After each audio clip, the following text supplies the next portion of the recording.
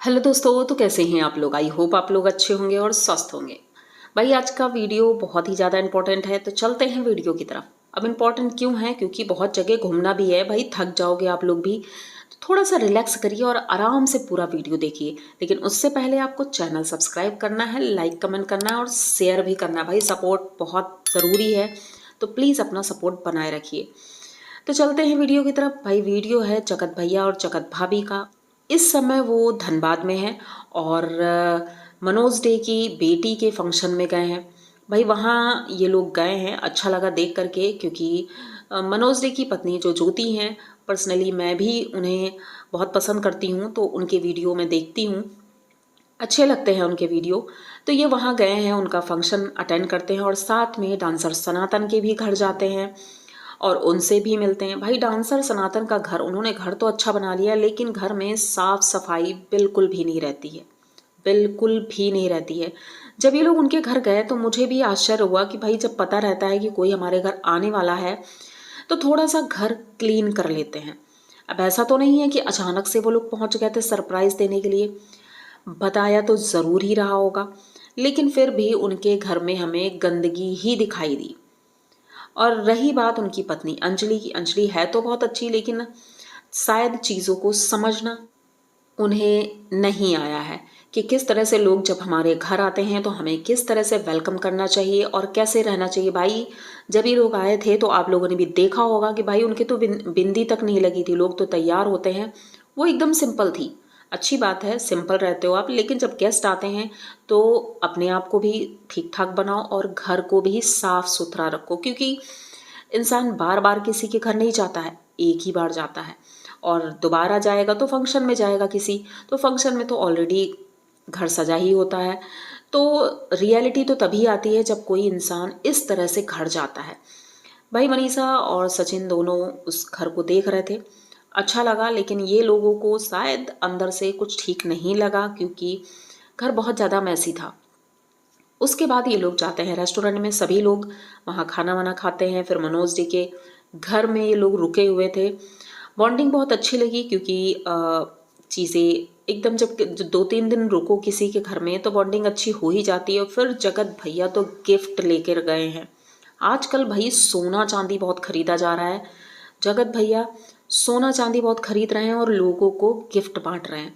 तो मनोज डे के घर में भी सोने की रिंग और चांदी की कटोरी और चम्मच लेकर गए थे, क्योंकि उसका अन्नप्राशन था उनकी बेटी का। तो भाई गिफ्ट बांटे जा रहे हैं। अभी सृष्टि जी के घर गए थे, उनको भी सोने की रिंग दी और घर भी खुद खरीद कर लाए। मतलब जैसे जैसे सोना बढ़ता जा रहा है रेट, वैसे ही इनके घर में सोने चांदी बहुत खरीदे जा रहे हैं। भाई लोगों को दिखा रहे हैं कि हमारे पास बहुत पैसा है। तो भाई सच बात है, भाई हमारे पास तो इतना नहीं है कि हम खरीद लें, लेकिन जगत भैया इस वक्त यही दिखा रहे हैं कि भाई हमारे पास बहुत है और हम खरीद रहे हैं और लोगों को गिफ्ट भी बांट रहे हैं सोना चांदी। तो अच्छी बात है भाई, करते रहें और हम भी इंजॉय कर रहे हैं उनके वीडियो, क्योंकि भाई मनीषा मुझे पर्सनली अच्छी लगती है। वो इतनी सीधी है, उसे समझ नहीं आता है, लेकिन सबसे बड़ी बात ये है उसने हार नहीं मानी।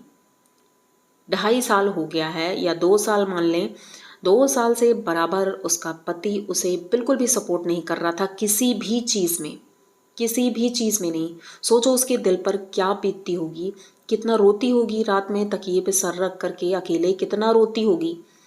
सारी चीज़ें उसने बर्दाश्त की, लेकिन हार नहीं मानी। लोगों ने बहुत कहा कि तलाक ले लो, उसे छोड़ दो, वो सही नहीं है, लेकिन मनीषा ने हार नहीं मानी। और फाइनली वही होता है कि जीत तो पत्नी की ही होनी थी, तो पति अब उसके साथ है और ये देख करके हमें बहुत अच्छा लगता है।